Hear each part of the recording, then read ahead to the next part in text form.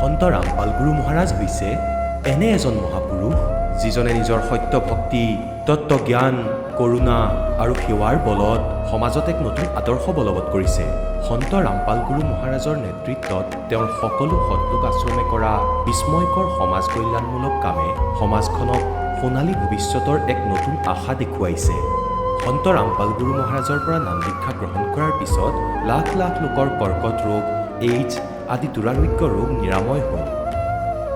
সন্তজনাৰ জ্ঞানৰ পৰা অনুপ্ৰাণিত হৈ তেওঁৰ অনুগামীসকলে লাখ লাখ ইউনিট ৰক্তদান কৰে। সন্তজনাই লাখ লাখ ভগ্নী কন্যাৰ যৌতুকমুক্ত বিয়াৰ আয়োজন কৰালে। সন্তজনাই লাখ লাখ মানুহক ড্ৰাগছ আসক্তিৰ পৰা মুক্ত কৰিলে। কোটি কোটি ধ্বংসপ্ৰাপ্ত পৰিয়াল শান্তিত লাগিল। সন্তজনাৰ আশ্ৰমত সমাৱেশৰ সময়ত বিনামূলীয়া চকুৰ চিকিৎসা আৰু দন্ত চিকিৎসাৰ ব্যৱস্থা কৰা হয়।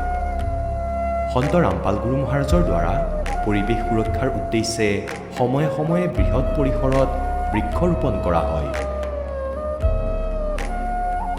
সন্তজনাই আৰ্তজনক তাৎক্ষণিক সকাহ দিবলৈ এম্বুলেন্স সেৱা আৰম্ভ কৰিছে। সন্তজনাই তেওঁৰ অনুগামীসকলক তেওঁলোকৰ শৰীৰ দান কৰিবলৈ অনুপ্ৰাণিত কৰে, যাতে মানৱতাৰ সেৱা আৰু চিকিৎসা ক্ষেত্ৰত উন্নতি কৰিব পৰা যায়।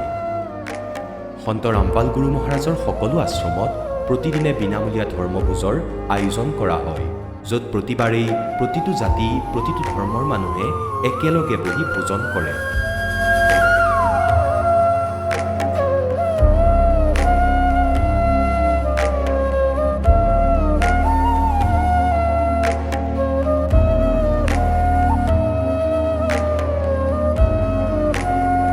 সন্ত ৰামপাল গুৰু মহাৰাজৰ অন্নপূৰ্ণা অভিযানে দৰিদ্ৰ আৰু অসহায় লোকসকলৰ জীৱনত এক নতুন শক্তি আৰু আশাৰ সঞ্চাৰ কৰিছে।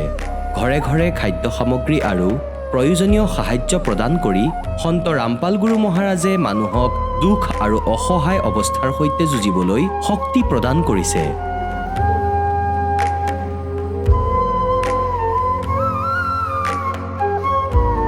দৰিদ্ৰ লোকসকলৰ বাবে ঘৰ নিৰ্মাণ কৰা সন্ত ৰামপাল গুৰু মহাৰাজৰ অসাধাৰণ কাৰ্যই এনে এক নিদৰ্শন দাঙি ধৰিছে, যি যুগ যুগ ধৰি সন্তজনাৰ উদাৰতা আৰু দয়াৰ প্ৰতীক হিচাপে জনাজাত হৈ ৰ'ব।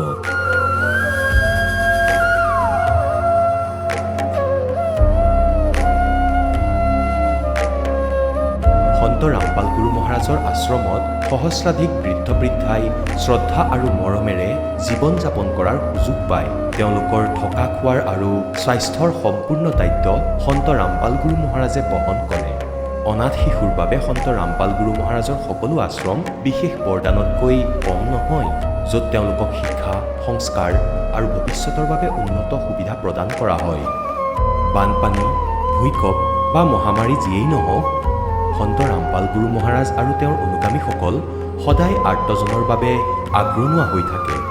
ক'ভিড মহামাৰীৰ সময়ত সন্ত ৰামপাল গুৰু মহাৰাজৰ আশ্ৰমৰ পৰা কোটি কোটি লোকক খাদ্য, ঔষধ আৰু জীৱন ৰক্ষক সামগ্ৰী যোগান ধৰা হৈছিল।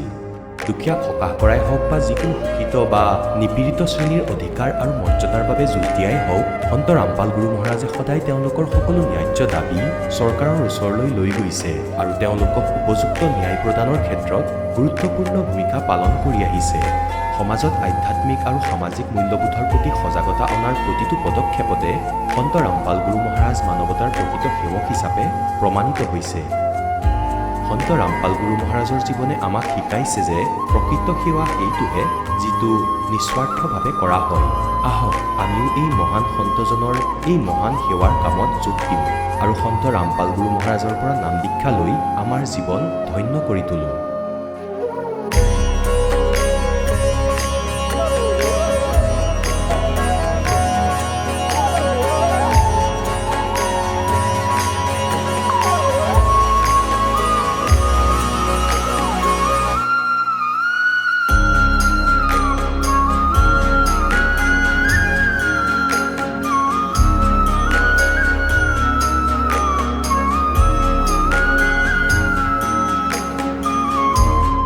আপোনালোকক পৰিয়ালৰ সৈতে সৎলোক আশ্ৰমলৈ আন্তৰিকতাৰে আমন্ত্ৰণ জনোৱা হ'ল।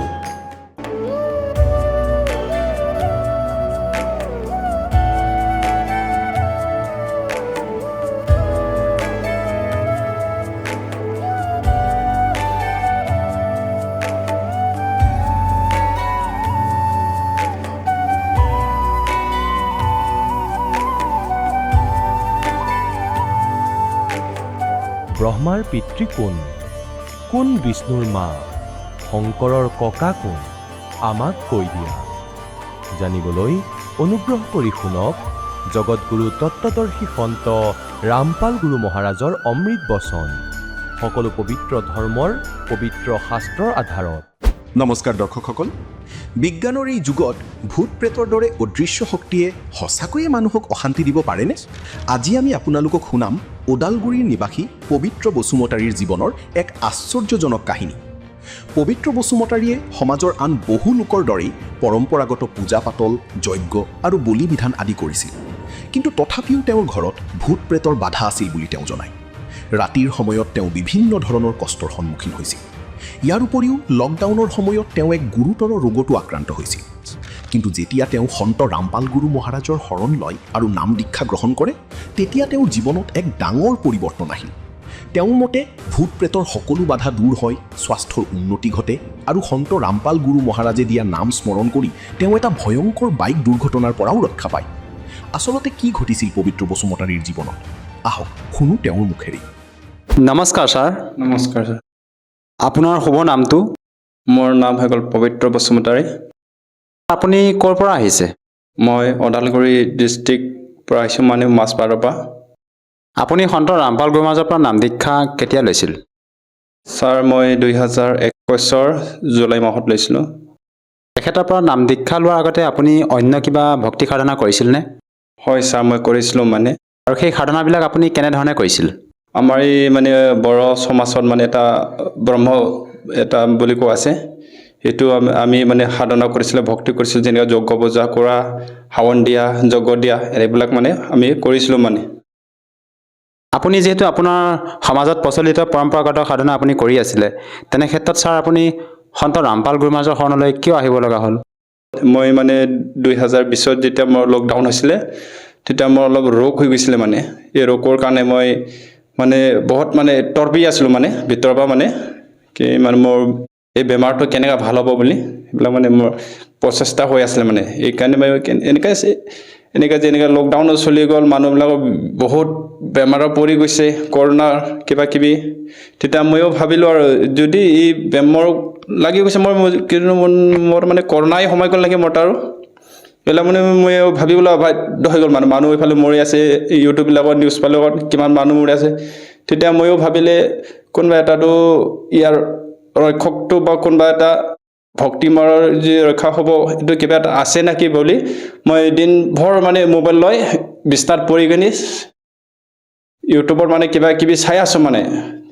তেতিয়া এনেকুৱা ইউটিউবৰ এনেকৈ চাৰ্চ কৰি চাওঁতে মানে সদগুৰু সন্ত ৰামপালজী মহাৰাজৰ এটা সৃষ্টি ৰচনা বুলি এটা লিখা আছে ইউটিউবত, এইটো মই পাই গ'ল মানে। তেতিয়া এই সৃষ্টি ৰচনাত মই অন্তৰলৈ মানে ভালকৈ চালোঁ মানে। তেতিয়া যি ভৱিষ্যবাণীবিলাক কৈ আছে, এনেকুৱা মহাপুৰুষ আহিব ভাৰতবৰ্ষত, এইবিলাক মানে কৈ আছে। তেতিয়া মই ভাবিলোঁ এইটোৱে আমাক যদি ৰক্ষা কৰিব পাৰে, আমাৰ যেনেকুৱা আমাৰ জনমনৰ ৰক্ষা কিবা ৰোগো আছে, এইবিলাকো যেনেকৈ ময়ো ভিতৰৰ পৰা মানে অনুভৱ কৰিছোঁ মানে। তেতিয়া চাওঁতে যেতিয়া ইণ্টাৰভিউটো চালোঁ, যি ভৱিষ্যবাণীবিলাক কৈছিলে, তেতিয়া মই বিশেষকৈ চাই বহুত 3-4 দিন সদায় চাইছোঁ মই এইটো মানে। তেতিয়া মানে ভকতবিলাকৰো দেখা পাইছে এনেকুৱা ৰোগো ভাল হৈ গৈছে, বেমাৰ আজাৰ। তেতিয়া মই ভাবিলোঁ ময়ো মানে দীক্ষা নলোৱাকৈ কিছুমানে ভাল পাইছে বুলি। তেতিয়া ময়ো ভাবিছোঁ মানে ময়ো মনত মানে গুৰুদেৱৰ বিষয়ে, সন্ত ৰামপালজীৰ বিষয়ে মানে মই ভাবিছোঁ মোৰো যদি ৰোগটো অলপ যদি ভাল হয়, মই গুৰুজীৰ চৰণত আহি যাম। মোৰ ভিতৰত মানে এনেকুৱা কিবা প্ৰেৰণা উঠি গৈছে মানে। তেতিয়া মই যেতিয়া এনে ভাবি কিনে 2 দিনমান থাকিলে মোৰ আৰে সঁচাকৈ মোৰ ৰোগটো কিয় ভাল হ'ব হ'ল, মোৰ অনুভৱ হৈ গ'ল। মোৰ মানে সত্যতা আছে মানে, পৰমাত্মা আছে। আজি আমি ভক্তি কৰি আছোঁ, তাততো মইতো নাস্তিক টাইপৰে হৈ গৈছিলোঁ মানে। একো লাভ পোৱা নাই, দুখী আছে আমি মানে, ঘৰত একো সুখ শান্তি নাই, ভূত প্ৰেতৰ বাধা আছে। মই ৰাতভৰ হ'লেও মানে মোক মানে ভূত প্ৰেতে যেনেকৈ আহি কিনে ডিঙি টিপে, ক'ত টিপে মানে এনেকুৱা মানে বহুত কষ্ট দিছে মানে। সৰুৰ পৰা মোৰ ভূত প্ৰেতৰ মোৰ বাধা আছিলে মানে। যেতিয়া মই সদগুৰু সন্ত ৰামপালজী মহাৰাজৰ পৰা দীক্ষা লোৱাৰ পৰা মোৰ এই ভূত প্ৰেতটো মানে দূৰ হৈছে। মই এতিয়া সুখীকৈ মানে ৰাতিৰ মানে ভালকৈ শুব পাৰোঁ মানে। এতিয়া আগতো শুব পৰা নাছিলে, 12টা বাজি আহিলে মই আইখিনি মানে মোক এই ভূতবিলাক ঠিচি আছিলে মানে, ডিঙিৰ পৰা ঠিচিব, ক'ৰবাত ঠিচিব, এনেকুৱা মোক বহুত সৰুৰ পৰা মানে মোক দিগদাৰ কৰিছিল। ছাৰ আপুনি ব্যক্ত কৰিলে যে আপুনি সন্ত ৰামপাল গুৰুমাজৰ ইউটিউব চেনেলত যেতিয়া তেখেতৰ ভৱিষ্যতবাণীবিলাক চালে বা তেখেতৰ বিষয়ে যিবিলাক আপুনি জ্ঞান শুনিলে তাৰ পিছতে আপুনি নাম দীক্ষা নোলোৱাৰ আগতে আপোনাৰ যি শাৰীৰিক সমস্যা আছিলে তাৰ পৰা আপুনি পৰিত্ৰাণ পাইছে। এইটো ছাৰ বৰ্তমান সময়ত আধুনিকতাৰ এই যুগত এইটো কেনেকৈ সম্ভৱ ছাৰ? এজন সন্ত তেখেতৰ কেৱল জ্ঞান শুনাৰ পিছতে আপোনাৰ যি সমস্যা আছিলে সেই সমস্যাৰ পৰা আপুনি পৰিত্ৰাণ পাইছে, এইটো কেনেকৈ সম্ভৱ ছাৰ? যেনেকা মানে মোৰ ৰেলে হৈছে মই যি গুৰুদেৱৰ যেনেকা মনত কৰিছিলোঁ মই যেতিয়া মোৰ যদি ভাল হয় গুৰুজী আপোনাৰ চৰণ আহে বুলি এনেকা মানে সকলো মানে হট ভক্তিৰ পৰা এইটো হৈ যায় মানে গুৰুজী কৈছে যে তত্ত্বদৰ্শী সন্ত বুলি এটা থাকে মানে বিশ্বতে এটা থাকে যি গীতাটো কৈছে তত্ত্বদৰ্শী সন্তৰ চৰণত যাব লাগে যদি শাস্ত্ৰ অনুকূল ভক্তি কৰিলে এইটো মানে ভাল হৈ যায় মানে আৰু সেইকাৰণে মই কৈছোঁ মই যদি আগৰ পৰা মই যদি ভক্তি নলোৱা আগতে মোৰ মানে বেমাৰটো ভাল হৈছে মই তাৰ পৰা মানে আৰু ভিতৰত প্ৰেৰণা হৈছে আৰু সত্যতাটো ইয়াতে আছে এনেকা বুলি মই ভাবিছোঁ আৰু সেইকাৰণে মানে মই আপোনালোকক মই যি সত্যটো ক'বলৈ বাধ্য হৈছে। আপুনি যিহেতু তেখেতৰ পৰা নাম দীক্ষা লৈ ভক্তি সাধনা কৰি আছে আৰু আপুনি নিজে মত ব্যক্ত কৰিলে যে আপুনি শাৰীৰিকভাৱে মানে কিছুমান সমস্যাৰ পৰা মানে পৰিত্ৰাণ পালে আৰু ইয়াৰ উপৰিও আপুনি অন্য আৰু কিবা লাভ পাইছেনে ছাৰ সন্ত ৰামপাল গুৰুমাজৰ পৰা দীক্ষা লোৱাৰ পিছত? নিশ্চয় লাভ পাইছে ছাৰ। যেতিয়া মই অলপ ভিতৰুৱা জেগাত থাকে তেতিয়া মোৰ ঘৰত যাব গ'লে 2-3টামান মানে নদীও পাৰ হৈ যাব লাগে তেতিয়া মই মানে অসুবিধা মানে বহুত তেতিয়া মই ভাবিছোঁ আৰু মই যদি অলপ ওচৰ গ'লে কিবা এটা মই ল'ব পাৰিম নেকি মাটি বাৰী যিকোনো আৰু মনত প্ৰেৰণা হৈ থাকে আৰু তেতিয়া মই ইমান দূৰত থাকে মোৰ ল'ৰা ছোৱালীও শিকাব লাগে আৰু ইমান দূৰৰ পৰা মই বহুত চিন্তিত আছিলে মানে এইটো তেতিয়া মই লাহে লাহে মানে গুৰুদেৱে যি কৈছে শিষ্যবিলাক যি বহুত কয় গুৰুজী এনেকৈ লাভ দিয়ে বুলি তেতিয়া আমাৰ মানে সৰু পোৱালি যেনেকৈ আমাৰ মানে ভিতৰত কিবা হৈ যায় আৰু তো সকলো যেতিয়া লাভ পাইছে আমাকোতো দিব পৰমাত্মাই এনেকৈ বুলি আমি যেতিয়া বিশ্বাস কৰি গুৰুজীক মানে কিবা কৰা তেতিয়া আমাৰ অট'মেটিক মানে লাভটো হৈছে মানে ক'ব গ'লে বহুতেই আছে মানে সৎ ভক্তি কৰিলে আপোনাৰ ৰক্ষা কিবা কিবি হৈ যায় মানে যেনেকৈ মই এদিন গৈ আছিলোঁ মোৰ বাইক চলাই গৈ আছিলোঁ তেতিয়া বাইক চলাওঁতে মই এদিন মানে অলপ খুন্দা খাব লগা আছিলে মানে খুন্দাখন মানে গুৰুজীৰ দয়াত মানে মই ভাবিছোঁ এই পৰমাত্মা বুলি কোৱাৰ লগে লগে মোৰ বাইকটো নিজে আঁতৰি গ'ল মানে মই গমেই নাপালোঁ কেনেকৈ আমি ছাইডটো আঁতৰি গুচি গ'ল তেতিয়া মই এই যে বন্দিশ্বৰ মই মানে চকু পানী ওলাই গ'ল সেই পৰমাত্মা সত্য থাকিলে ভকতক পৰমাত্মাই সদায় লাভটো দি থাকে। এইটো এটা আচৰিত কথা আপুনি যেতিয়া বাইক দুৰ্ঘটনা হ'বলগীয়া আছিল তেতিয়া আপুনি তেখেতৰ নাম মানে স্মৰণ কৰাৰ লগে লগে আপোনাক সেই দুৰ্ঘটনাৰ পৰা ৰক্ষা কৰিলে, এইটো ছাৰ কেনেকৈ সম্ভৱ? হয় ছাৰ মানে এইটো আমাৰ সৰগুৰুৱে এইবিলাক চববিলাক কৰি দিয়ে মানে তেওঁ মানে ভগৱান হয় এইটো মানে তেওঁ লীলা কৰি আছে মানে তেওঁ পৰমাত্মা হয় ছাৰ তেওঁৰ বিষয়ে ক'ব গ'লে মোৰ চকু পানী ছাৰ মানে এইটো লাভটো মানে তেওঁ পৰমাত্মা হয় মানে পূৰ্ণ ব্ৰহ্ম কবিৰ চাইবৰ অৱতাৰ হয় যি সদগুৰু যি পৰমাত্মা এই লীলা কৰি আছে আমাৰ পাপৰ কাৰণে সেইবিলাক আমাক মানে সত্য মাৰ্গত আনিবৰ কাৰণেহে কৰি আছে পৰমাত্মা তেওঁতো পৰমাত্মা হয় এই কলি যুগত মানে তাক চিনি নাপাব মানে তেওঁ কি ধৰণৰ লীলা কৰিছে আমাৰ নিজ পাপৰ কাৰণে তেওঁ সতলোক এনেকুৱা সতলোক এটা জেগাৰ পৰা পৰমাত্মাই নিজক ইমান ধুনীয়া জেগাৰ পৰা আমাৰ কাৰণে এই মৃত্যুৰ লগত আহি কিনি আমাক পৰমাত্মাই শাস্ত্ৰ অনুকূল ভক্তি কৰি আমাক যি পুণ্য কিবা কিবি কৰি আমাক লৈ যাবৰ কাৰণে আহিছে তেওঁ পূৰ্ণ পৰমাত্মা হয় কবিৰ চাইবৰ অৱতাৰ হয় সকলো সমাজে তাক চিনি পাব লাগে মানে তেওঁ মানে আম মানুহ নহয় মানে তেওঁ ৰিয়েল গডহে হয় তেওঁ সেইকাৰণে সকলো ভকতবিলাকৰ লাভ হৈ আছে আৰু বিভিন্ন ভকতে মানে এইবিলাক লাভটো পাই আছে আৰু তেওঁৰ ভক্তি দিয়াটো শাস্ত্ৰ অনুকূল আছে যেনেকৈ গীতা খুলি আৰু যেনেকৈ দেৱী পুৰাণ সকলো হওক 4 বেদ 6 শাস্ত্ৰ 18 পুৰাণ হ'লে সকলো মানে গুৰুজীয়ে এনেকা ভক্তি কৰিব লাগে এনেকা কৰিলেহে তোমাৰ শাস্ত্ৰ অনুকূল ভক্তি হ'ব তেতিয়াহে তোমাৰ পুণ্য হ'ব তেতিয়াহে তোমাৰ লাভ হ'ব মানে যেতিয়া আৰু যি কৈছে পৰমাত্মাই যেতিয়া পৰমাত্মাক আমি দেখা নাপাওঁ যেতিয়া আমাৰ আমাৰ পাপৰ মহিলা আছে মানে এই মহিলাটো যেতিয়া আমাৰ পৰা আঁতৰি যাব তেতিয়াহে আমি পৰমাত্মাক দেখা পাম মানে। ছাৰ যিহেতু আপুনি সন্ত ৰামপাল গুৰুমাজৰ পৰা নাম দীক্ষা লোৱাৰ পিছতে আপুনি বিভিন্ন প্ৰকাৰে লাভ পাইছে আপোনাক পৰমাত্মাই বাইক দুৰ্ঘটনাৰ পৰা ৰক্ষা কৰিলে লগতে আপোনাৰ শাৰীৰিক যিবিলাক সমস্যা আছিলে শাৰীৰিক সমস্যাবিলাকৰ পৰা আপোনাক ৰক্ষা কৰিছে আৰু যিসকল দৰ্শকে আজি আপোনাক এই টিভি স্ক্ৰীণত প্ৰত্যক্ষ কৰি আছে আপুনি তেওঁলোকক কি বাৰ্তা দিব বিচাৰে যাতে তেওঁলোকেও আপোনাৰ দৰে উপকৃত হ'ব পাৰে? বাৰ্তানো মই কি দিম মই হাত জুৰি কৰি নমস্কাৰ কৰিছোঁ আহক মোৰো যেনেকৈ ময়ো অসুবিধা হৈ আছিলে যেতিয়া মোৰো ৰোগ হৈ আছিলে মই এইটো গুৰুজী চৰণ আহি মানে পৰমাত্মা ভক্তি কৰি কিনি মোৰো ৰোগবিলাক দূৰ হৈছে আপোনাবিলাকৰ হ'ব সকলো ভকত সমাজৰ হ'ব আপুনি এইবিলাক যি যিয়ে ভক্তি কৰি আছে এইবিলাক শাস্ত্ৰ বিৰোধ হয়, যি পূজা পাঠ কৰি আছে এইবিলাক চব শাস্ত্ৰৰ বিৰোধ হয়। এটা এটা মানে চব গুৰুবিলাক মানে ঠগাই কিনি এইবিলাক মানে ভক্তি কৰাই আছে জগত সমাজক। সেইকাৰণে আপুনিবিলাক যি সন্ত ৰামপালজী মহাৰাজ চৰণ আহক আৰু তেওঁৰ শাস্ত্ৰ অনুকূল ভক্তি কৰি এই লাভটো পাব। আৰু আমাৰ ভকতৰ ভিতৰতে বহুত মানে লাভ পাইছে প্ৰমাণ যি শাস্ত্ৰ অনুকূল ভক্তি কৰি কেঞ্চাৰো ভাল হৈ আছে। আৰু ভগৱানৰ প্ৰতি প্ৰেম হ'ব লাগিব, প্ৰেম। যেনেকা ভগৱানক যি আমি বিচাৰোঁ, আত্মা দি বিচাৰোঁ, তেতিয়াহে মানে ভগৱানে আমাক একচেপ্ট কৰে, তেতিয়া মানে ভগৱানৰ বিভিন্ন লাভটো মানে আমি পাই যায়, তেতিয়া সকলো পাব। এই ভগৱানটো সকলো কাৰণে না, মই অকলে কাৰণেতো নহয়, সকলো কাৰণে ভগৱান হয়। চব মানে ইয়াত জাত পাত চব মানে কালহে বনাই থৈ দিছে, সেই কালহে মানে চব আমাক খাই আছে।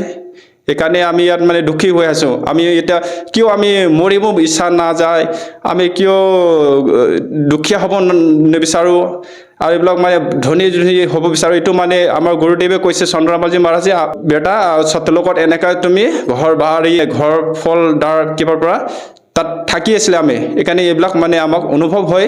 এই ইয়াতো আমি এইটো বিচাৰোঁ। তেতিয়া গুৰুজীয়ে কৈছে, আপুনি নিমখৰ বস্তাত যদি চেনি বিচাৰে তেতিয়া নাপাব, চেনি বস্তাতহে পাব এই সুখটো বুলি কৈছে। যেতিয়া আমি ইয়াৰ পৰা যেতিয়ালৈকে নাযাওঁ সত্যৰ লগত, তেতিয়ালৈকে আমি সেই সুখটো নাপাব ছাৰ। ছাৰ, যদিহে কোনো লোকে সন্ত ৰামপাল গুৰু মহাৰাজৰ পৰা নাম দীক্ষা ল'ব বিচাৰে, কেনেকৈ ল'ব পাৰিব? চন্দ্ৰ ৰামপালজী মহাৰাজৰ বিভিন্ন চেনেল আছে, যেনেকৈ ইউটিউব চেনেল আছে, ফেচবুক আছে, টুইটাৰ আছে, ইনষ্টাগ্ৰাম আছে, টেলিগ্ৰাম আছে। এইবিলাকৰ বিভিন্ন চেনেলত মানে গুৰুদেৱে সৎ ভক্তিৰ মানে কিবাবিলাক সৎসংগবিলাকো এৰি আছে। যিকোনো আপুনি PDF দ্বাৰা SMS পঢ়িব পাৰিব, জ্ঞান গংগা, জীৱনৰ সুগম পথ আৰু গীতা তোমাৰ জ্ঞান অমৃত, ভক্তি বা ভগৱান, এইবিলাক চব মানে এইবিলাক পাই যাব অনলাইনত। গুগলত চাৰ্চ কৰিলেও পাই যাব। আৰু গুগলত চব সকলো কৈ থৈ দিছে পৰমাত্মাৰ দয়াত। মানে আজিলৈকে তত্ত্বদৰ্শী সন্ত কোন হয় বুলি ক'লে গুগলে কৈ দিব, আজিৰ দিনত তত্ত্বদৰ্শী সন্ত ৰামপালজী মহাৰাজ হয়, মানে সৎগুৰুটো। সৎগুৰুটো আমি চিনি পাব লাগিব। সেইকাৰণে সৎগুৰু চিনিবৰ কাৰণে এইবিলাক সৎসংগ চাব লাগিব। আমাৰ ভক্তিটো মানে কেনেকৈ বাঢ়িব, আমি পৰমাত্মা কেনেকৈ পাম। আৰু আপুনি যি দীক্ষা ল'ব খুজিছে, এইটো মানে এই সৎসংগ ইউটিউবত চাৰ্চ কৰিব, চন্দ্ৰ ৰামপালজী মহাৰাজ বুলি। এই সৎসংগৰ তলত এটা নম্বৰ দিয়ে, মানে হালধীয়া এটা নম্বৰ আহে, তাৰ তলত এই নম্বৰ আপুনি যোগাযোগ কৰি আপুনি নিজৰ মানে ওচৰৰ নামদান কেন্দ্ৰবিলাকৰ মানে সুধিখিনি আপুনি দীক্ষাটো ল'ব পাৰে কল কৰি। ধন্যবাদ থাকিল ছাৰ। নমস্কাৰ ছাৰ। দৰ্শকসকল, আপোনালোকে শুনিলে সন্ত ৰামপাল গুৰু মহাৰাজৰ পৰা নাম দীক্ষা প্ৰাপ্ত কৰি সুখী হোৱা ভকতৰ অনুভৱ। এতিয়া চাওক জগতগুৰু তত্ত্বদৰ্শী সন্ত ৰামপাল গুৰু মহাৰাজৰ মংগল প্ৰবচন। তোমালোকে रामकृष्णक सुप्रीम पावर बोली माना अज्ञानतार बाबे, तथापिও माना कि रामकृष्ण से कौन बड़ा, उन्होंने भी गुरु कीन और 3 लोक के वे धनी, गुरु आज्ञा अधीर। সেইকাৰণে যেতিয়া ৰামানন্দদেৱ পৰমাত্মাৰ সৈতে পৰিচিত হ'ল, সত্যলোক হস্কন্দত মালিকক দেখিলে, তেতিয়া কৈছিল, তুম साहेब तुम संत हो, तुम सतगुरु तुम हंस, और राम गरीबदास तेरे रूप बिना और न दूजा अंश। আপুনি পৰমাত্মা সাহেব, তুম সাহেব তুম সন্ত হো। এজন সন্ত আপুনি হয়, যি কোৱালিটি সন্তত থাকিব লাগে, আৰু সমৰ্থবান পৰমাত্মাটো হয়। তুম সাহেব তুম সন্ত হো, তুম সতগুৰু। সৎগুৰু মানে যিয়ে সত্য জ্ঞান, মানে একেবাৰে একুৰেট আৰু সম্পূৰ্ণ আধ্যাত্মিক জ্ঞানো আপোনাৰ লগতেই আছে, আন কাৰো লগতেই নাই। বাস্তৱত আপুনি সৎগুৰু, সঁচা সৎগুৰু, সঁচা জ্ঞানযুক্ত। और तुम साहेब तुम संत हो, तुम सतगुरु तुम हंस। হংস মানে এটা সাধু আত্মা, এজন সুযোগ্য শিষ্য আপুনি হয়। তেতিয়া পৰমাত্মাই ক'লে যে আপোনাৰ দাসে আপোনাৰ চিন্তাৰ কাৰণ জানিব পাৰেনে? তেতিয়া স্বামীদেৱৰ লগত বহি থকা আৰু বহুত ব্ৰাহ্মণ ঋষি আছিলে। তেওঁলোকে ক'লে যে এনেকুৱা কোনোবা নাচ দি বাঢ়িছে। তেওঁ স্বামীদেৱৰ লগত কথা পাতিলে, আলোচনা কৰিবলৈ কৈছে। আৰু নহ'লে মানে যদি আলোচনাৰ বাবে নাহে, তেন্তে শুনা বুলি মনা হ'ব। আৰু দ্বিতীয়টো কণ্ডিশ্যন এইটো ৰাখিছিলে যে যিয়ে হাৰিব, তেওঁক 6 জন অনুগামী শিষ্য হিচাপে দিব লাগিব। তেতিয়া স্বামীদেৱে ক'লে যে হে ভগৱান, হে নাথ সিদ্ধিযুক্ত, সি সিদ্ধিৰ নাটক কৰিব, জনতাই বাহ বাহ বুলি ক'ব আৰু আমাৰ মিছন ফেইল হ'ব। মোৰ এইটো চিন্তা হৈ আছে। তেতিয়া পৰমেশ্বৰে ক'লে, স্বামীজি, হৰা জিকাৰ চিন্তা সন্তই নকৰে আৰু আমি মুখামুখি কৰিব লাগিব, আমি যাব লাগিব। আপোনাৰ দাসোতো আপোনাৰ লগত আছে। ৰামানন্দদেৱে জানিছিলে, কাৰণ তেওঁ দেখিছিলে পৰমাত্মাৰ মহিমাত। তেতিয়া অলপ সাহস হ'ল আৰু তাৰ প্ৰত্যাহ্বান স্বীকাৰ কৰিলে। এতিয়া যি নিৰ্ধাৰিত স্থান আছিলে সেই ঠাই সময়ত গৈ পালে। নাথদেৱক আসন দি থৈছে ওখ তখ্তত বেলেগকৈ। এখন ধুনীয়া আসন বনাই দিছে বেলেগকৈ তেওঁৰ বাবে। সিফালে ৰামানন্দদেৱৰ বাবে এখন সিংহাসন বনাই বহিবলৈ দিলে। আৰু পৰমেশ্বৰ কবিৰদেৱ এজন সুযোগ্য ঈশ্বৰৰ দৰে স্বামী ৰামানন্দদেৱৰ চৰণত মাটিত গৈ বহিল আৰু সন্মুখত নাথ বহিল। কবিৰ চাহিবটো অন্তৰ্যামী আছিলে। তেওঁ সকলোবোৰ গম পাইছিলে যে গোৰখনাথ ইয়াত অপমানিত হ'ব, কিয়নো কিছুমান এনেকুৱা সাধক আছে, পূৰ্বজন্মৰ সংস্কাৰী হয় তেওঁলোক, আৰু নিজৰ গোটেই জীৱনটোত নিজৰ ভক্তিবোৰৰ নাশো কৰে, বহুত পুঁজি ব্যয় কৰে, কাৰোবাক চমৎকাৰ দেখুৱাই, কাৰোবাৰ ক্ষতি কৰি, কাৰোবাক সৰু সুৰা লাভ দি, তথাপিও তেওঁলোকৰ কিছু ভক্তি বাকী থাকি যায়, যি কাৰণে সিহঁতে প্ৰেত লোক প্ৰাপ্ত কৰে। আৰু প্ৰেত লোকলৈ যোৱা সকলোৰে মাজত এজন সুপ্ৰিম প্ৰেত থাকে, আৰু সি যিকোনো সময়ত ইয়াত প্ৰকট হৈ দেখা পোৱা যায়। স্বৰ্গৰ দেৱতাও ইয়ালৈ আহিব পাৰে আৰু উভতিও যাব পাৰে, কিন্তু জন্ম মৃত্যু তেওঁলোকৰ কেতিয়াও সমাপ্ত নহয়। গতিকে গোৰখনাথদেৱে দেখিলে যে আনফালে বৈষ্ণৱ পন্থৰ বেছিকৈ প্ৰচাৰ কৰি আছে স্বামী ৰামানন্দদেৱে, আৰু নাথ পন্থ সৰু হৈ গৈ আছে, কমি গৈ আছে। এতিয়া এই সংৰাগটো মনত আছিলেই। ইয়াৰ পৰা যোৱাৰ পিছতো সিহঁত দুখী হৈ থাকে নিজৰ স্বাৰ্থতাৰ বাবে। গতিকে যি কাৰণে সি ৰামানন্দদেৱক পৰাজিত কৰিবলৈ স্বয়ং আহিবলগীয়া হ'ল। যদিও গোৰখনাথদেৱ বহুত আগতে নিজৰ মানৱ শৰীৰৰ যি এক কৰ্ম আছিলে সেয়া পূৰ্ণ কৰি গুচি গৈছিলে, তেতিয়া পৰমাত্মাই দেখিলে যে এওঁতো গোৰখনাথ, তেওঁতো সকলো জানে। তেতিয়া গোৰখনাথদেৱে ক'লে যে আহক ৰামানন্দদেৱ, মোৰ লগত আলোচনা আৰম্ভ কৰক। তেতিয়া পৰমাত্মা এজন বালক আছিলে, সৰু 10-12 বছৰীয়া। তেওঁ লীলা কৰি আছিলে। যেতিয়া গোৰখনাথদেৱ আলোচনা কৰিবৰ বাবে আহিছিলে, তেতিয়া পৰমাত্মা থিয় হ'ল কবিৰদেৱ আৰু ক'লে যে নাথদেৱ, মোৰ লগত প্ৰথমতে কৰক, তাৰপিছত মোৰ সদগুৰুৰ লগত আলোচনা কৰক। মোৰ লগত কৰি লওক আগতে, তাৰপিছত সদগুৰু গুৰুদেৱৰ লগত কথা পাতক। এতিয়া গোৰখনাথদেৱে এই কথাত বৰ দুখ পালে যে আৰে কবিৰ, তুমি এটা সৰু বালক, তোমাৰ বয়সনো কিমান, আৰু তুমি আলোচনা কৰিবা মোৰ লগত, জানানে মই কোন? তেতিয়া কবিৰ চাহেবে ক'লে যে মই জানো আপুনি কোন হয়, আপুনি গোৰখনাথ হয়। এই কথাত সি বৰ আচৰিত হ'ল যে অকমানি বালকজনে মোক চিনি পালে। তাৰপিছত গোৰখনাথদেৱে ক'লে যে তোমাৰ বয়স কিমান? পৰমাত্মাই ক'লে যে আটাইতকৈ ডাঙৰ মূৰ্খ সেইজন যিয়ে মোৰ বয়স সুধি মোক বালক বুলি ভাবিছে। গোৰখনাথদেৱে শুনি আছিল, অন্তৰত বহুত দুখো পাইছিলে যে ই মোক মূৰ্খ বুলি ক'বলৈও চেষ্টা কৰি আছে। গতিকে কি কয়?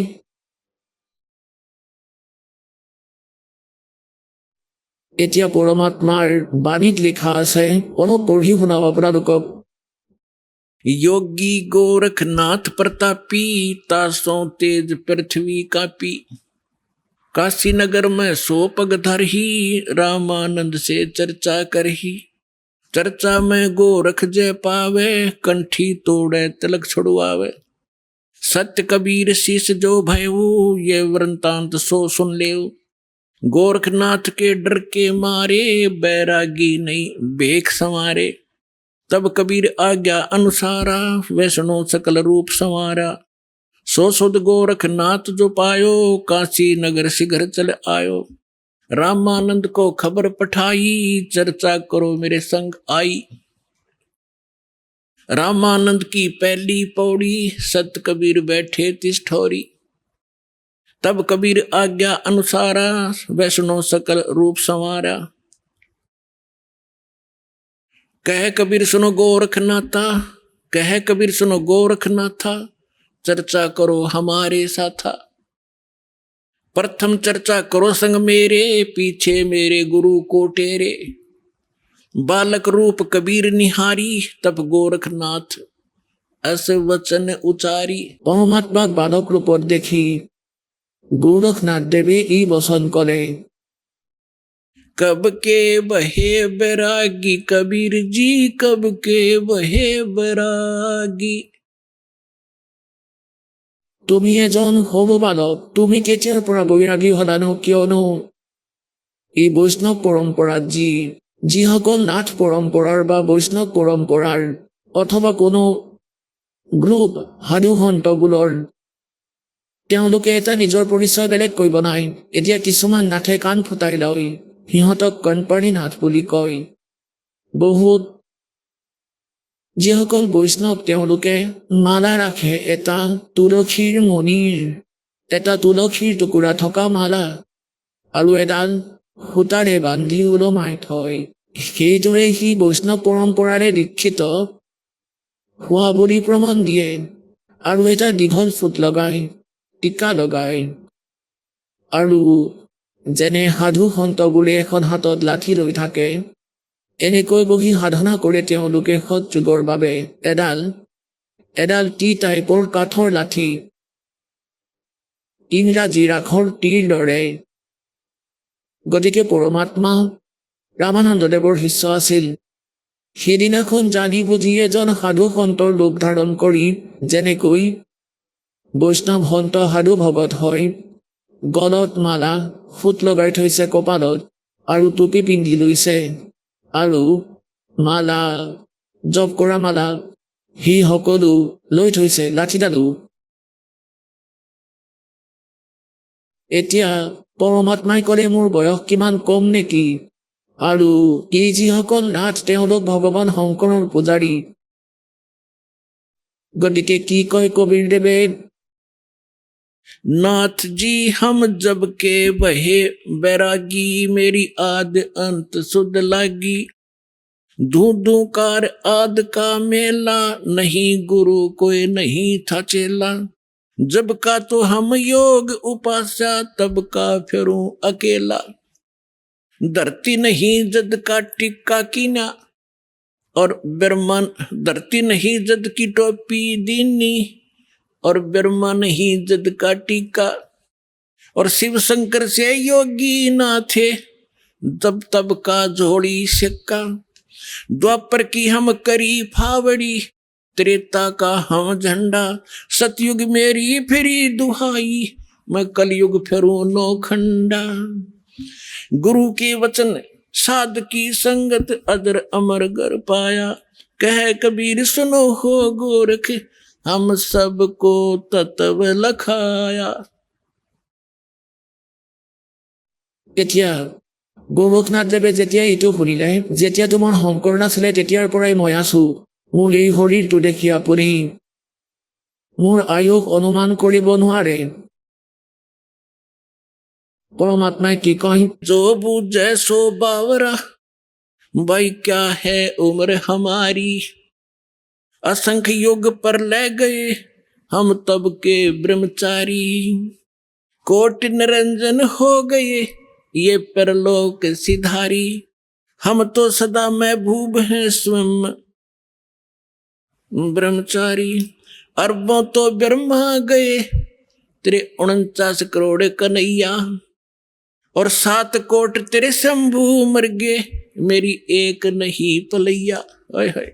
এতিয়া পৰমাত্মাই কি কৈ আছে যে এই জ্যোতি নিৰঞ্জন যিজন ব্ৰহ্মা বিষ্ণু মহেশ্বৰৰ পিতৃ, যি গীতাৰ অধ্যায় নম্বৰ 15 শ্লোক নম্বৰ 16 অক্ষৰ পুৰুষ বুলি কৈছে। অক্ষৰ পুৰুষ আৰু অক্ষৰ পুৰুষ দুজন পুৰুষ বুলি কৈছে। গতিকে এই 21 ব্ৰহ্মাণ্ডৰ স্বামী এই জ্যোতি নিৰঞ্জন ই কাল ব্ৰহ্মা বিষ্ণু মহেশ্বৰৰ পিতৃ গতিকে পৰমাত্মাই কয় কোটি কোটিটো এই নিৰঞ্জন মৰি গ'ল ইয়াৰো কোটিবাৰ জন্ম হ'ল আৰু फिर कहते हैं अरबों तो फिर माँ गए और 49 करोड़ कन्हैया और 7 करोड़ तेरे शिव शंकर मर गए मेरी एक नहीं पलैया এতিয়া পুণ্যাত্মাসকল এই এটা এটা শব্দত পৰমাত্মাৰ বহুত গূঢ় ৰহস্য আছে যেনেকৈ ব্ৰহ্মাদেৱৰ আয়ুস 100 বছৰ তেওঁৰ আয়ুস কেনেকৈ গণনা হয় 100 বছৰ কেনেকৈ হয় যেনেকৈ সত্যযুগ ত্ৰেতা দ্বাপৰ কলিযুগ এই চাৰিটা যুগ মিলি এটা চতুৰ্যুগ ইয়াত 43,20,000 মুঠ বৰ্ষ থাকে আমাৰ মানুহৰ হিচাপত আৰু এনেকুৱা 1000 চতুৰ্যুগত ব্ৰহ্মাদেৱৰ এদিন সিমানেই ৰাতি আকৌ 30টা দিন ৰাতিৰ এটা মাহ আৰু 12 মাহত এবছৰ এনেকৈ হয় গতিকে 100 বছৰ আয়ুস ব্ৰহ্মাদেৱতকৈ 7 গুণ অধিক বিষ্ণুদেৱৰ আয়ুস আৰু বিষ্ণুদেৱতকৈ 7 গুণ শংকৰ ভগৱানৰ গতিকে ইয়াত পৰমাত্মাই কি কৈছে अरबों तो ब्रह्मा गए 49 करोड़ कन्हैया তোমালোকৰ বিষ্ণুদেৱ और 7 करोड़ तेरे शंभु मर गए मेरी एक नहीं पलैया মোৰ জীৱনৰ এটা পৰো সমাপ্ত হোৱা নাই অৰ্থাৎ পৰমাত্মা অবিনাশী আৰু এইটো কৈছে যে তোমালোকৰ ব্ৰহ্মা বিষ্ণু মহেশ্বৰো নাশবান এই কথাত নাগদেৱ দুখী হৈ গ'ল যে ই আমাৰ অজৰ অমৰ ভগৱানসকলক নাশবান বুলি কৈ আছে तो परमात्मा कहते हैं एक ना भूला दो ना भूली भूली सब संसारी सबका बोल पट दिया मेरे साथ 2 भाई मैंने सब जग भूला पाया इसी भूल में ब्रह्मा भूला जिन ये वेद सरसाया और वेद पढ़ के पंडित भूले मर्म भेद नहीं पाया इसी भूल में विष्णु भूला जिन वैष्णव पंथ चलाया और वैष्णव पंथ चलाया इसी भूल में शिव शंकर भूले जिन भिक्षुक पंथ चलाया और सिर पर जटा हाथ में खप्पर घर घर अलग जगाया मेरे साथ 2 भाई मैंने सब जगह भूला पाया इसी भूल में विष्णु भूले जिन वैष्णव पंथ चलाया और तीर्थ व्रत का बड़ा महात्म बहुविध जीव फंसाया तो यहाँ गोरखनाथ जी को परमात्मा बता रहे हैं कि अरबों तो ब्रह्मा गए ये 49 करोड़ कन्हैया 7 करोड़ तेरे शंभु मर गए मेरी एक नहीं पलैया कोटिन नारद हो गए ये मोहम्मद से चारी देवताओं की गिनती नहीं क्या सृष्टि बिचारी नहीं बूढ़ा कोई से नाम हो वृद्ध नाम हो बालक और ना कोई बाट भिखारी ना बूढ़ा ना ही बालक ना कोई भाट भिखारी कह कबीर सुनो हो गोरख ये सुन ले उम्र हमारी ना মই বালক না মই বৃদ্ধ না কোনোবা ভিক্ষাৰী এয়া মোৰ মহিমা মই তোমাক কৈ দিলো মই এনেকুৱাই এতিয়া গোৰখনাথদেৱে বৰ দুখ পালে সন্মান শেষ হৈ গ'ল যে এজন সৰু বালকে ইমান ডাঙৰ ডাঙৰ কথা কৈ আছে তেওঁৰ লগত এটা সৰু সিদ্ধি শক্তি আছিলে সিদ্ধিৰ গোৰখনাথদেৱে নিজৰ আসনৰ ওচৰত এডাল ত্ৰিশূল পুতি থৈছিল 3টা ওপৰৰ ফালে 3টা হেৰো থাকে আৰু তলফালে এডাল পাইপৰ দৰে তলফালে আকৌ জোঙা থাকে সিডাল মাটিত পুতি আসনৰ ওচৰত থৈছিল 6-7 ফুটমান ওখ ত্ৰিশূল গোৰখনাথদেৱে ক'লে যে যদি তুমি মোৰ লগত বাৰ্তা কৰিব বিচাৰিছা কবিৰদেৱ তেন্তে মোৰ সমানত আসনত আহি বহক নাথদেৱ মাটিৰ পৰা উৰি গ'ল এনেকৈ পদ্মাসন লগাই বহি আছিল পদ্মাসনত বহি বহি ওপৰলৈ উৰি গ'ল আৰু ত্ৰিশূলৰ ওপৰত গৈ বিৰাজমান হ'ল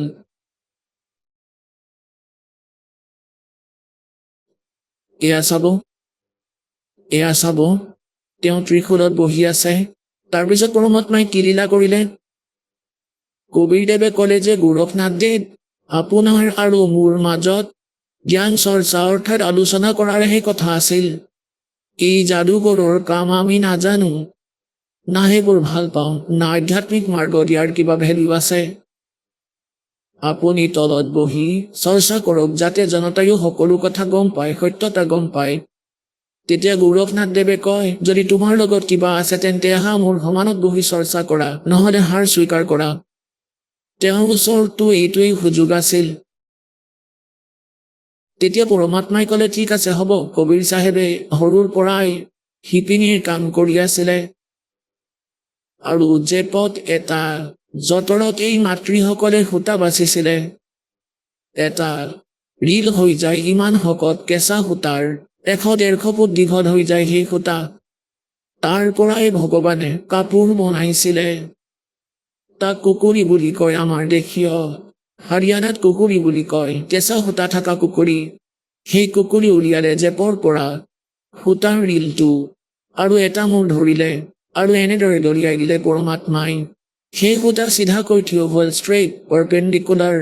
150 ফুট তাৰ অন্তিম বিন্দু আছিল, আকাশলৈ গ'ল।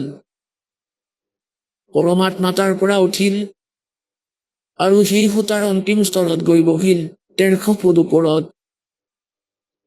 তাৰপিছত গোৰখনাথদেৱক ক'লে, নাথদেৱ আহক, এতিয়া মোৰ সমানত আহক, ইয়ালৈ আহক, আমি চৰ্চা কৰিম। এতিয়া পুণ্যাত্মাসকল কথাটো এনেকুৱা নহয় যে গোৰখনাথদেৱ আকাশলৈ উৰি যাব নোৱাৰে। তেওঁ আৰু ওপৰলৈ গৈছিলে, স্বৰ্গলৈ অৰ্থাৎ প্ৰেত লোকলৈও গুচি গৈছিল। কিন্তু সমৰ্থবানৰ সন্মুখত সিদ্ধি সমাপ্ত হৈ যায়। যেনে ধৰা এইটো ঘড়ী, এতিয়া ইয়াৰ সিদ্ধি বনাই দিলে কাৰিকৰে, ইঞ্জিনিয়াৰে যে নিজে নিজে ঘূৰিব পাৰে। এতিয়া ইয়াৰ সন্মুখত চুম্বক এটা থিয় কৰাই দিয়া 1 ফুট আঁতৰত, ই জাম হৈ যাব, আগলৈ নাযায়, তাতেই থিয় হ'ব। গতিকে সেই সমৰ্থবানজন আহিল, তেওঁৰ পৰাই প্ৰাপ্ত কৰি এই সৰু সুৰা খেলনাৰে খেলে, নিজকে প্ৰভু বুলি কয়। সি পৰমাত্মাই তাৰ সকলো সিদ্ধি কেঞ্চেল কৰাই দিলে। বিচাৰিছিল ওপৰলৈ যাবলৈ, কিন্তু মাটিত আহি ঠেকেচি পৰিল সি। গোটেই শৰীৰ কঁপিল। গোৰখনাথে গম পাই গ'ল যে আজি সিদ্ধিয়ে কাম নকৰিব।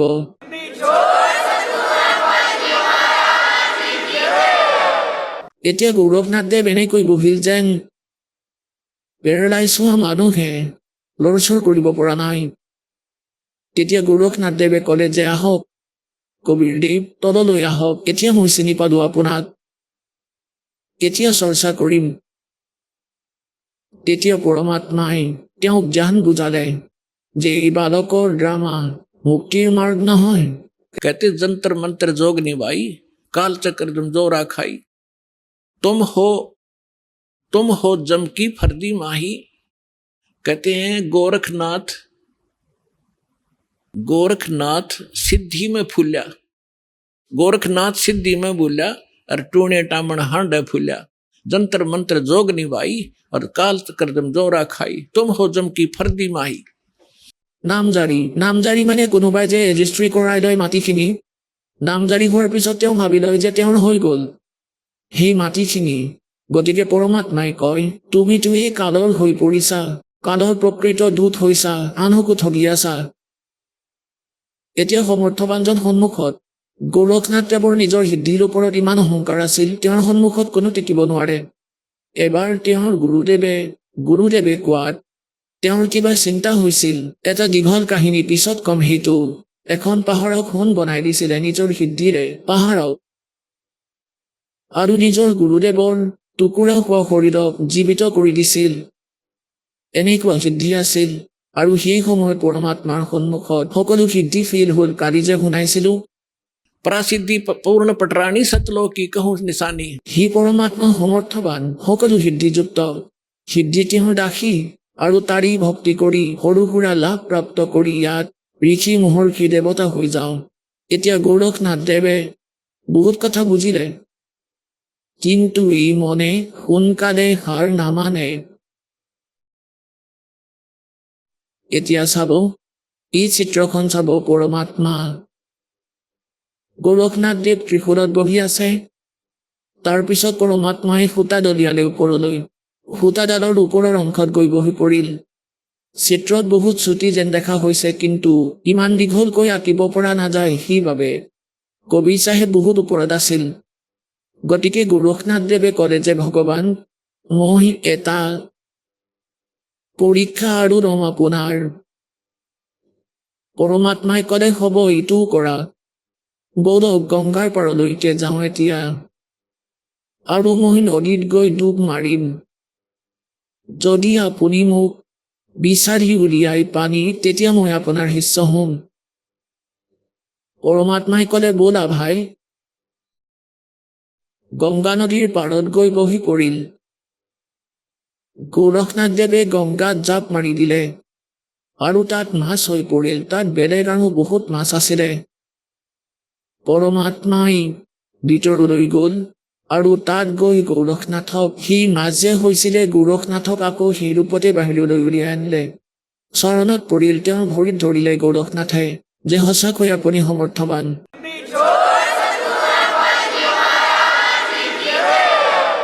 তেতিয়া গোৰখনাথদেৱে ক'লে, হে পৰমাত্মা, আপুনি কোন? আপুনি মোৰ সকলো অহংকাৰ ভাঙি দিলে। মই নিজৰ কৰ্ম বেয়া কৰি আছিলোঁ, কিন্তু আপুনি মোক বচালে। পুণাত্মাসকল, এই যি মন আমাৰ, ই কালৰ দূত। আত্মা পৰমাত্মাৰ অংশ। যেতিয়া পৰমাত্মা তাত থিয় হৈ আছিল, মন পলাই গ'ল, কিন্তু আত্মা কান্দি আছিলে গোৰখনাথৰ। এতিয়া সকলোতো পৰমাত্মাৰ সন্তান। ব্ৰহ্মা বিষ্ণু মহেশ্বৰো তেওঁৰেই বালক। ৰামকৃষ্ণ সতগুৰু সাহেব ভক্তি হে তিনো হুয়ে প্যাদে। এতিয়া তেওঁ ইয়ালৈ ভক্তিৰ বাবেই আহিছিলে। ভুল সাধনা কৰিহে দেৱতা হ'ল। নিজকে প্ৰভু বুলি ভাবিলে, কাৰো কথা নুশুনা হ'ল। এতিয়া তেওঁ পৰমাত্মাক পাইছিলে। এবাৰ তেওঁ স্বীকাৰ কৰিলে, কাৰণ সকলোৰে আত্মাই পৰমাত্মাকেই বিচাৰি ফুৰে। কিন্তু এই মন কালৰ দূত, পিছত পৰমাত্মাৰ পৰা পৃথক কৰি দিলে। কবিৰ চাহেবে কয়, শ্বেত ভূমিকা হম গহে জহা विष्णु विशंबर दास और हरियम हीरा नाम देकर चेला की न दास। हम बैरागी ब्रह्मपद सन्यासी महादेव और सो हम मंत्र दिया शिव जी को करे हमारी सेव। এনেকৈ ব্ৰহ্মাদেৱৰ ওচৰলৈ গৈছিল।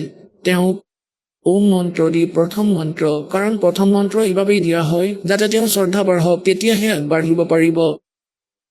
প্ৰথমতে তেওঁ তিনিওৰে বহুত ভাল শ্ৰদ্ধা জাগিল, কিন্তু পিছত এই মনে আকৌ পৃথক কৰি দিলে যে এওঁ এনেই কিবা কিবি কৈ আছে, তেওঁৰ কোনো জ্ঞান নাই।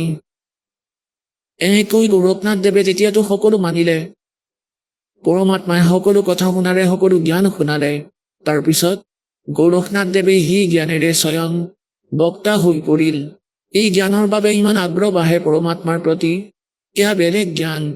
গতিকে সাধাৰণ ব্যক্তিয়েও যদি এই জ্ঞানৰ কথা কয়, বহুত ব্যক্তি তাৰ প্ৰতি প্ৰভাৱিত হয়, আৰু তেওঁৰ বাবা আৰম্ভ হৈ যায়। কিন্তু যেতিয়ালৈকে সমাধান পূৰ্ণকৈ নাপায়, তেন্তে তাৰ কোনো লাভ নাই। যেনেকৈ কাৰোবাৰ জ্ঞান হৈছে, আৰু যদি তেওঁ কাৰোবাক কৈ দিয়ে যে আপোনাৰ অমুকটো ৰোগ আছে, এতিয়া তেওঁৰ জ্ঞান হৈ গ'ল আনজনে কোৱাৰ বাবে যে তেওঁৰ অমুকটো ৰোগ আছে। ইয়াৰ লক্ষণ এনেকুৱা। এতিয়া জ্ঞান দিয়াজনীও জানে, আৰু যাৰ ৰোগ হৈছে সিও গম পালে, সি কোৱাৰ বাবে। এতিয়া ঔষধৰ বিষয়ে ক'ব নোৱাৰিলে তেওঁৰ কোনো মূল্য নাই। গতিকে দুয়োটাই ব্যৰ্থ। গতিকে সন্ত জ্ঞানীও হ'ব লাগে, আৰু তেওঁৰ কমপ্লিট কোৰ্চ থাকিব লাগে। এতিয়া সি জ্ঞানেৰেতো তথ্যটো পায়, কিন্তু সমাধান সাধনাৰেহে তাৰ সমাধান হয়। সমাধান নাথাকিলে জ্ঞানৰ কি মূল্য? ইউজলেছ সেই জ্ঞান। গতিকে এতিয়া গোৰখনাথদেৱে সকলোকে জ্ঞান দিব ধৰিলে। সেইবাবে কয় গোৰখ সে জ্ঞান নিগণে। তাৰ ওচৰত মূল মন্ত্ৰ নাছিল। और सुख दे जति जहान और सीता सी बहु भारिया पर संत दूर स्थान। এতিয়া গোৰখনাথদেৱে সুধিলে যে ভগৱান আপুনি কোন হয়, ক'ৰ পৰা আহিছে? আপোনাকতো ইয়াত সকলোৱে শিপিনী তাঁতী বুলি কয় আপোনাক। তেতিয়া পৰমেশ্বৰে কি ক'লে? अवधू अवगत से चल आया मेरा कोई भेद मरम ना पाया। मात पिता मेरे कछु नाही ना मेरे घर दासी जुल्हाए का सुत आण कहाया जगत करे मेरी हासी। मात पिता मेरे कछु नाही ना मेरे घर दासी जुल्हे का सुत आण कहाया जगत करे मेरी हाँसी। ना मेरा जन्म न गर्भ बसेरा, बालक बन दिखलाया। काशी नहर जल कमल पडेरा, तहां दुलाहे न पाया। मात ना मेरा जन्म न गर्भ बसेरा, एक बालक बन दिखलाया। काशी नगर जल कमल पडेरा, तहां दुलाहे न पाया। मात पिता मेरे कछु नाही, ना मेरे घर दासी। जुल्हे का सुत आण कहाया, जगत करे मेरी हाँसी। 5 तत्व का धड़ नहीं मेरा, और जानू ज्ञान अपारा। सत स्वरूपी नाम साहेब का, ओ हे नाम हमारा। अदर दीप गगन गुफा में, ता निज वस्तु सारा। ज्योत स्वरूपी तेरा अलख निरंजन, वो दरता ध्यान हमारा। अदर दीप जा गगन गुफा में, ता निज वस्तु सारा। तेरा ज्योत स्वरूपी अलख निरंजन, वो धरता ध्यान हमारा। हाड चाम लहू ना मेरे, मैं हूं सतनाम उपासी। तारण तरण अभय पद दाता, मैं हूं कबीर अविनाशी। তেতিয়া পৰমাত্মাই কি কয় যে না মোৰ জন্ম হৈছে, না মই কোনো মাৰ গৰ্ভত আছিলো। মই স্বয়ঙেই নিজৰ সদলোকৰ পৰা গতি কৰি আহি বালক ৰূপ ধাৰণ কৰি কমলৰ ফুলত, পুখুৰীত সৰোবৰত বিদ্যমান হলো। আহক আমি এতিয়া সেই শ্ৰদ্ধালুসকলৰ অনুভৱবোৰ জানো, যিসকলে জগতগুৰু তত্ত্বদৰ্শী সন্ত ৰামপাল গুৰু মহাৰাজৰ পৰা দীক্ষাপ্ৰাপ্ত কৰিছে তথা তেওঁ কোৱা ভক্তিমাৰ্গ এওঁলোকে অৱলম্বন কৰি আছে। নমস্কাৰ দৰ্শকসকল।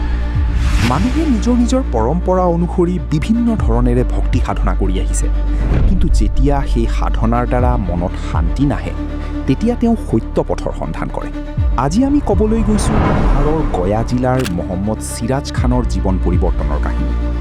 মুছলমান পৰিয়ালত জন্ম হোৱা চিৰাজ খানে সৰুৰে পৰা নামাজ, ৰোজা, বকৰীদ, মহৰম আদি পালন কৰিছিল আৰু এজন পীৰো ধাৰণ কৰিছিল। কিন্তু লাহে লাহে তেওঁৰ অনুভৱ হ'ল যে ক'ৰবাত যেন কিবা এটা ভুল আছে। এদিন সন্ত ৰামপাল মহাৰাজৰ এজন শিষ্যৰ সৈতে হোৱা আলোচনা জ্ঞান গংগা কিতাপ পঢ়াৰ পিছত তেওঁৰ জীৱনত এক নতুন পৰিৱৰ্তন আহে।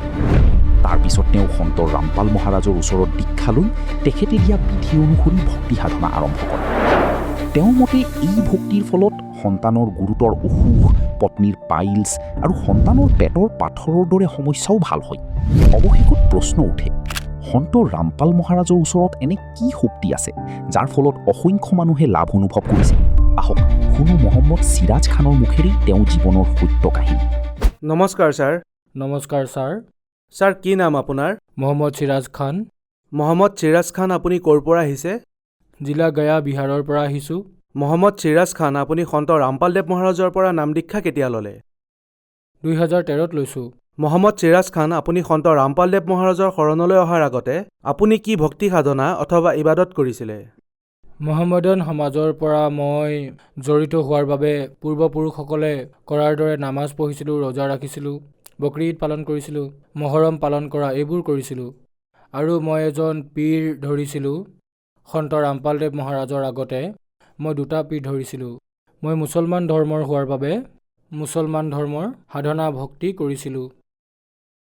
তেন্তে কি কাৰণে আপুনি সন্ত ৰামপালদেৱ মহাৰাজৰ শৰণলৈ আহিলে? হয় ছাৰ, এইকাৰণেই আহিলোঁ যে যিজন পীৰৰ সৈতে মই জড়িত আছিলোঁ, যাৰ চৰণত আছিলোঁ, তেওঁ কিবা এনেকুৱা লাগিল যেন কিবা ভুল আছে। তাৰপিছত এজন সন্ত ৰামপালদেৱ মহাৰাজৰ শিষ্য আছিল, তেওঁৰ লগত কথা বতৰা হৈছিলে। গতিকে এনেকুৱা হ'ল যে এমাহমান এনেদৰেই চলি থাকিল। মই নিজৰ জ্ঞান কৈ থাকিলোঁ আৰু তেওঁ যিজন সন্ত ৰামপালদেৱ মহাৰাজৰ শিষ্য, তেওঁ জ্ঞান চৰ্চা কৰি আছিলে আৰু অসুৰ নিকন্দন ৰামায়ণী কৰিছিলে আৰু সন্ধিয়া আৰতি কৰিছিলে। গতিকে ময়ো শুনিছিলোঁ আৰু সন্ত ৰামপালদেৱ মহাৰাজৰো জয় জয়কাৰ কৰিছিলে আৰু ময়ো মনত ৰাখি ল'লোঁ। তেতিয়া মই ভাবিলোঁ যে ময়ো কৈ চাওঁ। ময়ো জয় জয়কাৰ কৰিছিলোঁ, সন্ত ৰামপালদেৱ মহাৰাজৰ জয়, কবিৰ পৰমাত্মাই জয়, এই ধৰণে মই মনত ৰাখিছিলোঁ। যেতিয়া কৰিছিলোঁ এনেকুৱা লাগিছিল যেন ভিতৰৰ পৰা বহুত শক্তি পাই আছোঁ। তাৰপিছত লাহে লাহে এনেকুৱা লাগিল যেন মই আৰু বেছিকৈ কওঁ। এনেকৈয়ে কোৱা আৰম্ভ কৰি দিলোঁ। তাৰপিছত এদিন কি হ'ল যে ডিউটিলৈ গ'লোঁ, এনেই এখন কিতাপ, কবিৰ পন্থৰে এখন কিতাপ পঢ়ি আছিলে। তাৰপিছত মই সেইখন উঠাই, ইমানটো পঢ়া শুনা নাই গতিকে চাই আছিলোঁ কি লিখা আছে ইয়াত। তাৰপিছত সন্ত ৰামপালদেৱ মহাৰাজৰ শিষ্যজন আহিল, ক'লে সৎ চাহেব ভাই। তেতিয়া ময়ো ক'লোঁ সৎ চাহেব।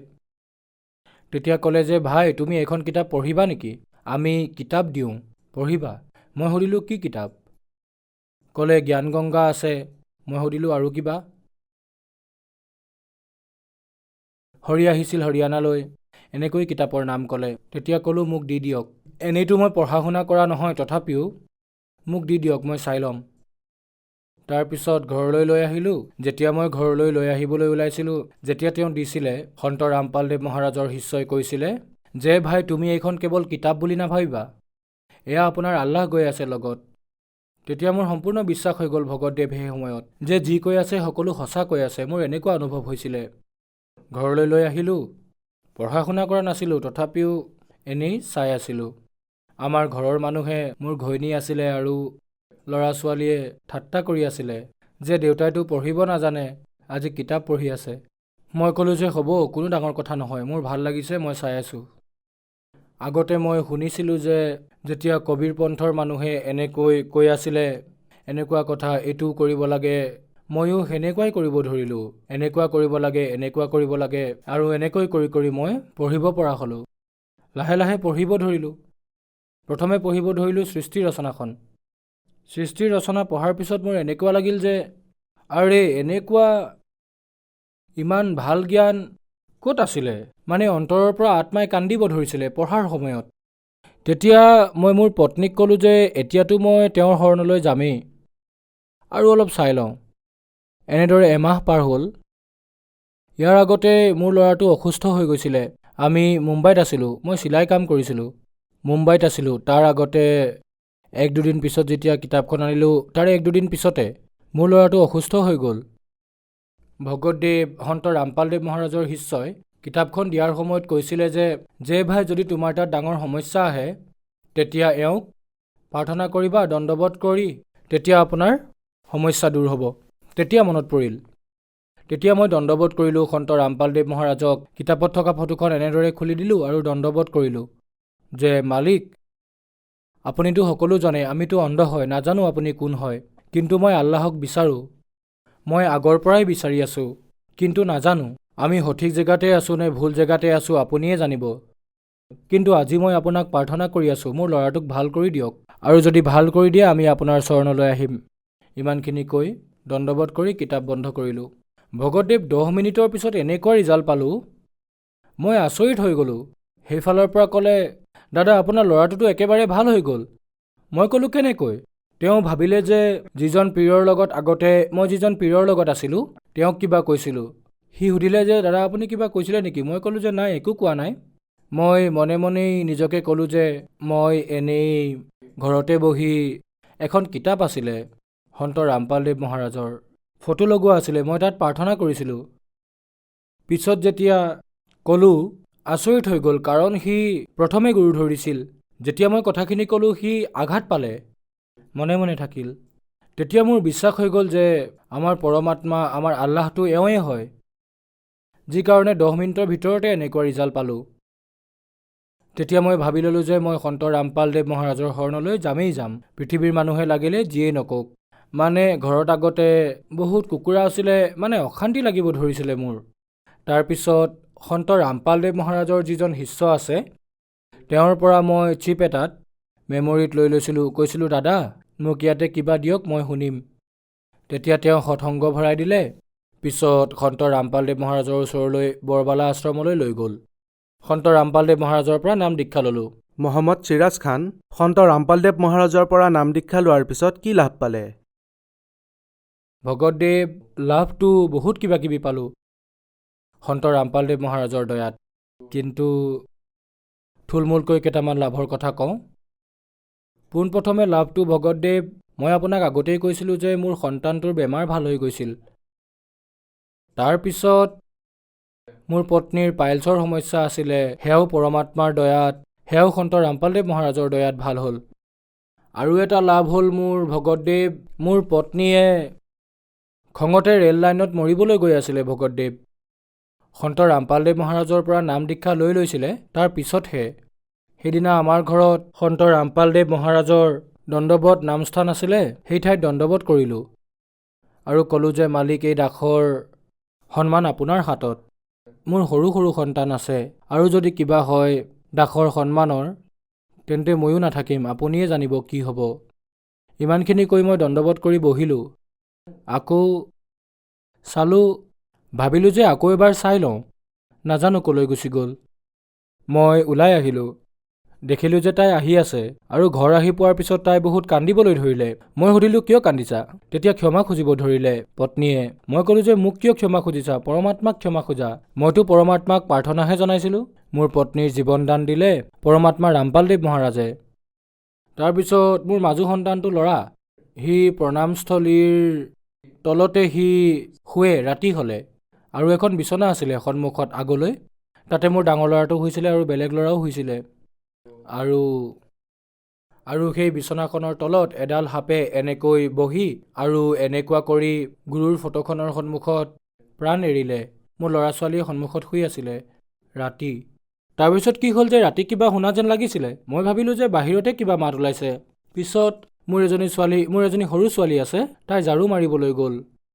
তাই যেতিয়া চালে এইটো কি হয়, উলিয়াই আনিলে। তাই দেখিলে যে সাপ এনেকৈ বহি আছে আৰু এনেকৈ ফেট তুলি মৰি আছে। আকৌ তাৰপিছত আৰু এটা লাভ হ'ল ভগতদেৱ, সন্ত ৰামপালদেৱ মহাৰাজৰ দয়াত হ'ল যে মোৰ ডাঙৰটো সন্তানৰ পেটত পাথৰ হৈ গৈছিলে, সিও পৰমাত্মাৰ দয়াত ভাল হৈ গ'ল। ছাৰ, এয়া ডক্তৰৰ ৰিপৰ্ট, আল্ট্ৰাছাউণ্ডৰ। তেওঁলোকে আল্ট্ৰাছাউণ্ডত কৈ দিছিলে যে 2টা পাথৰ হৈ গৈছে, অপাৰেশ্যন কৰিবলৈ কৈছিলে, কিন্তু সন্ত ৰামপালদেৱ মহাৰাজৰ আশ্ৰমত প্ৰাৰ্থনা জনোৱাৰ বাবে পৰমাত্মা সন্ত ৰামপালদেৱ মহাৰাজৰ দয়াত মোৰ ল'ৰাটোৰ পাথৰৰ অপাৰেশ্যন কৰাব নালাগিল, সি নিজে নিজে ভাল হৈ গ'ল। মহম্মদ চিৰাজ খান, আপুনি কিবা নিচা কৰিছিলনে? হয়, মই বহুত নিচা কৰিছিলোঁ। যেতিয়া কাম কৰি আহোঁ, কানি খোৱা, কেতিয়াবা মদু খাইছিলোঁ নিজৰ বন্ধু বান্ধৱৰ লগত। গাঞ্জা, ভাং, বিড়ি, চিগাৰেট সকলো নিচা কৰিছিলোঁ। সন্ত ৰামপালদেৱ মহাৰাজৰ দয়াত যেতিয়া নাম দীক্ষা ল'লোঁ, তেতিয়া সকলোবোৰ নিচা এৰি দিলোঁ। আমাৰ সকলোবোৰ কষ্টও দূৰ হৈ গ'ল। আৰু আমাৰ সন্ত ৰামপালদেৱ মহাৰাজৰ দয়াত ইয়াত এক কথা মাতিও পৰমাত্মাৰ দয়াত হৈ গ'ল, সন্ত ৰামপালদেৱ মহাৰাজৰ দয়াত। মহম্মদ চিৰাজ খান, আপুনি সন্ত ৰামপালদেৱ মহাৰাজৰ পৰা নাম দীক্ষা ল'লে আৰু আপুনি মুছলিম সমাজৰ, তেন্তে কি সন্ত ৰামপালদেৱ মহাৰাজৰ পৰা নাম দীক্ষা লোৱাৰ পিছত আপুনি হিন্দু হ'ল নেকি? হয়, আমাৰ সন্ত ৰামপালদেৱ মহাৰাজে হিন্দু নবনায়। আমাৰ সন্ত ৰামপালদেৱ মহাৰাজে যি ধৰ্মতে আছে, যদি মুছলিম ধৰ্মত আছে তেন্তে মুছলিম ধৰ্মতে থাকক, কিন্তু নিজৰ গ্ৰন্থক চাওক আৰু গ্ৰন্থত যি ভক্তিবিধি আছে সেয়া কৰক। এয়াই আমাৰ সন্ত ৰামপালদেৱ মহাৰাজে কয়। হিন্দু গ্ৰন্থ থাকিলে তেতিয়া হিন্দু ধৰ্মৰ মানুহক কয় যে নিজৰ গ্ৰন্থৰ সৈতে তুলনা কৰি লওক, নিজৰ গ্ৰন্থই কি কৈছে সেইমতে ভক্তি কৰক। আমাৰ সন্ত ৰামপালদেৱ মহাৰাজে এয়াই কয়। সন্ত ৰামপালদেৱ মহাৰাজৰ পৰা নাম দীক্ষা কেনেকৈ ল'ব পাৰি? হয়, সন্ত ৰামপালদেৱ মহাৰাজৰ পৰা দীক্ষা লোৱাৰ বাবে আমাৰ টিভি চেনেলত যি প্ৰগ্ৰেম দিয়ে তেওঁৰ, তাৰে হালধীয়া শাৰী এটাত নম্বৰ আহে।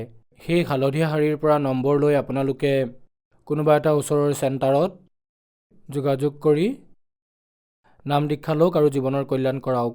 ধন্যবাদ ছাৰ। ধন্যবাদ।